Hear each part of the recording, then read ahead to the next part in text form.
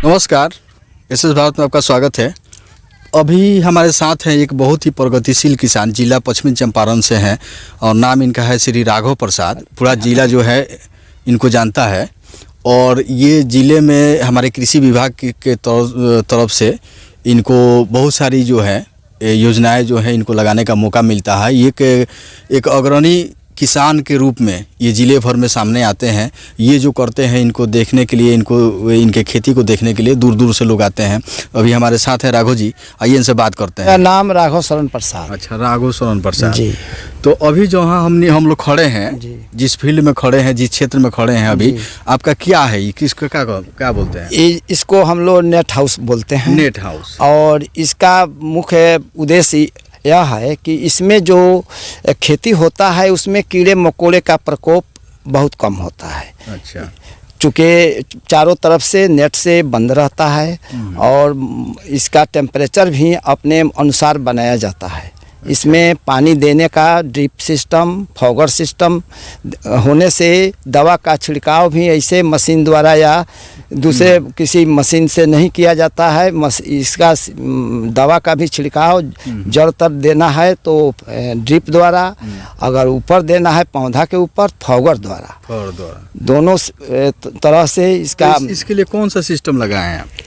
इसमें बोरिंग है। बोरिंग जो है उसमें समरसेबल मोटर लगा है और जी और यह जो पाइप लाइन है नीचे जो है ड्रिप जो हर पौधा के समीप में गुजरा है। यानी ये पाइप जो है ये पाइप गया है। जी उस पाइप से जड़ के पास बूंद बूंद पानी निकलता है। अब बूंद बूंद पानी जो है आज देश के लिए एकदम महत्वपूर्ण है। ये सरकार की योजना है जिससे कम पानी में सिंचाई का काम जो है सो सुचारू ढंग से होता है। और दूसरी बात है कि जितना पौधा को जल की आवश्यकता है उतना ही हम उसमें दे सकते हैं।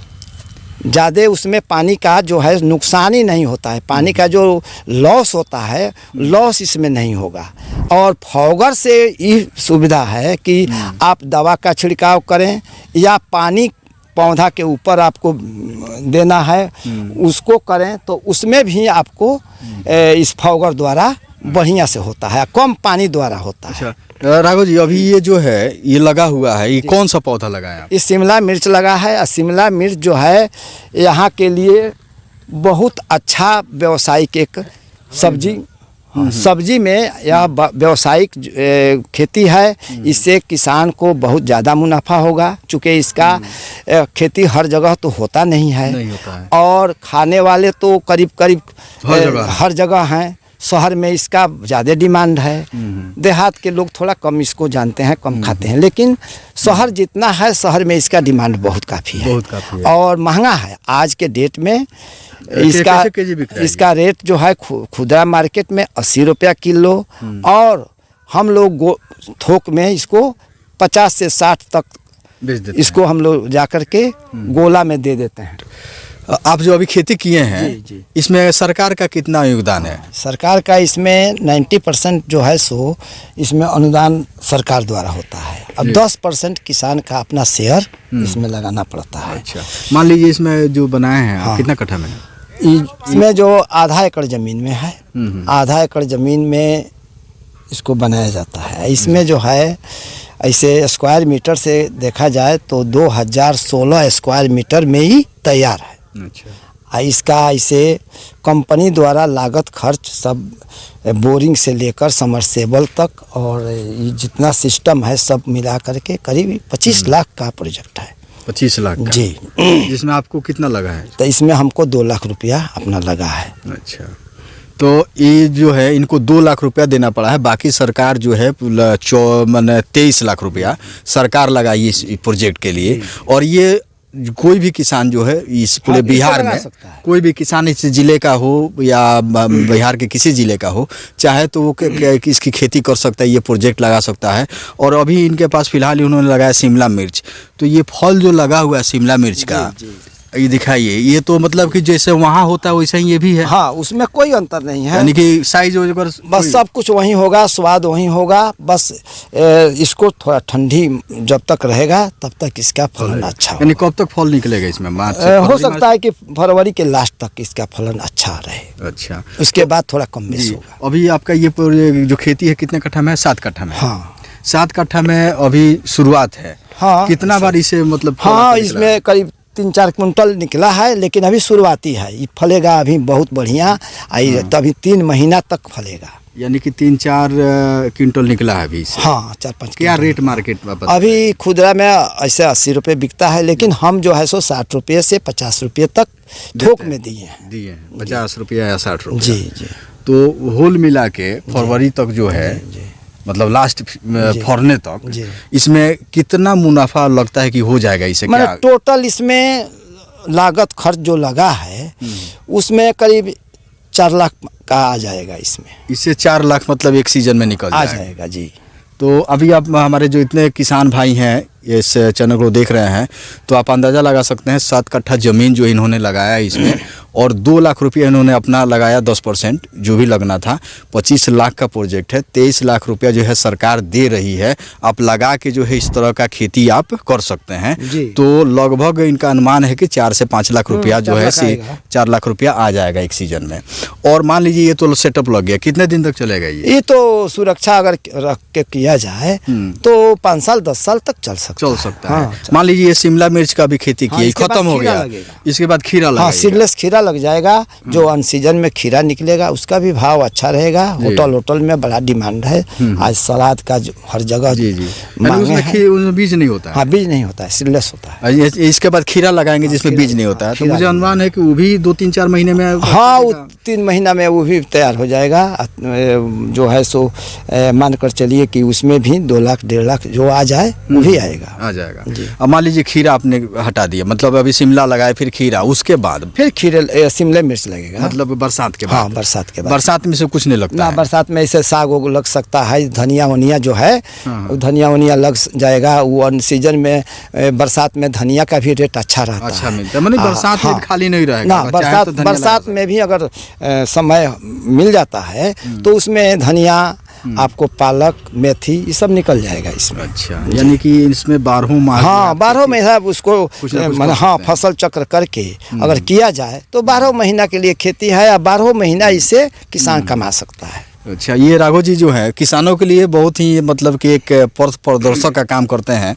और ये इनका आप उम्र देख लें, और एक ज़माने से खेती में लगे हैं। आज भी इनका जी जो है खेते में ही लगता है, और इन्होंने बहुत सारा चीज़ लगाया हुआ है जो एक प्रयोग के तौर पे। ये क्या है? स्ट्रॉबेरी है। आप दिखाइए, थोड़ा सा चाहेंगे कि कैमरामैन दिखाएं। ठंडे मुल्क का है ये जो है, हाँ, इसका फलन है। हाँ, ये स्ट्रॉबेरी का पौधा जो है, फलन है। हाँ, ये बड़ा मीठा, ये जो है, ये देखिए, ये फल है स्ट्रॉबेरी का, मीठा फल होता है।